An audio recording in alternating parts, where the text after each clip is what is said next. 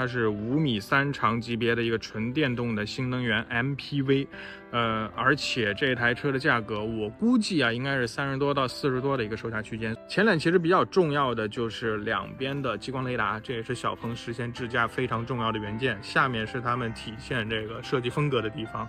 用了一些比较有科幻感的密集元素，那上面就是贯穿式的头灯、分离式的头灯，这都是现在很常见的一个设计的手法。整体的造型其实是比较有线条感的，它有非常丰富的立体造型，并没有特别的圆滑。但是它的风阻系数呢，依旧做到0.227，所以对于这种节能的表现应该也还是不错。我们可以看到第二排座椅呢是一个全包围式的座椅，那它的好处就是会比较舒适，同时呢也比较豪华。但是呢，一个不足之处就在于中间会完全封住，没有过道。这里要跟大家说一下，如果是更低配的车型，它中间会有过道的，而这台比较高配的座椅配置会比较高的车呢，中间就没有过道。看到这块屏幕，这台 X9 用的是8295的芯片，配合上小鹏最新的 XOS， 所有的操作功能都在里面。OK， 往后呢，我们就看到了它后排的一些操作的区域也是在前面。这里打开，我们看一下哦。冰箱里面放了一些饮料，有了冰箱还要有什么？当然就是彩电了。往上，彩电在哪里开？侧门上有一个按钮。哦 ，OK， 打开后备箱。大家现在看到的是什么状态啊？是第3排座椅放倒，并且向回收进坑里之后，和前面的一个平台形成了一个纯平的空间。哇，这个很棒。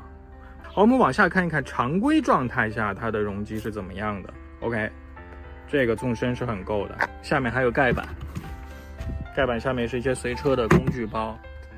这个纵深有多宽？我用手臂来给大家丈量一下，我的胳膊肘放在这边，是还差大概10公分左右。在第2排有一个非常充足的乘坐空间的前提下，第3排呢还保有1拳4指左右的余量。但如果稍微照顾一下第3排的乘客，其实第3排拿到一个2拳以上的腿部空间是完全没问题的。但如果把第2排的座椅直接往后调到一个极限的位置，也就是第3排不坐人，那它的座椅靠背是可以直接近乎贴到这个坐垫的。它的驾驶感受是完全的舒适性取向，底盘过滤一些突兀的震动的时候表现得非常的好。它有双腔的空悬，但并没有往运动性方面去做任何的追求。同时它有单电机和双电机2个不一样的版本，单电机是前驱的。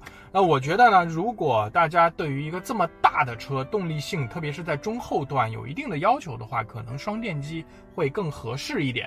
那么这台车开起来还有一个非常大的亮点，就是它的后轮转向。对于一台这么大的车来讲，配备了一个后轮转向，最大的好处就是日常生活当中，你掉头挪车，经过一些很狭窄的停车场的过道，或者在一些很狭窄的小胡同里，或者是一些很狭窄的老的小区里面停满了车位的那种通道里面，这台车呢都能提供一个更灵活的转向的一个最小转半径。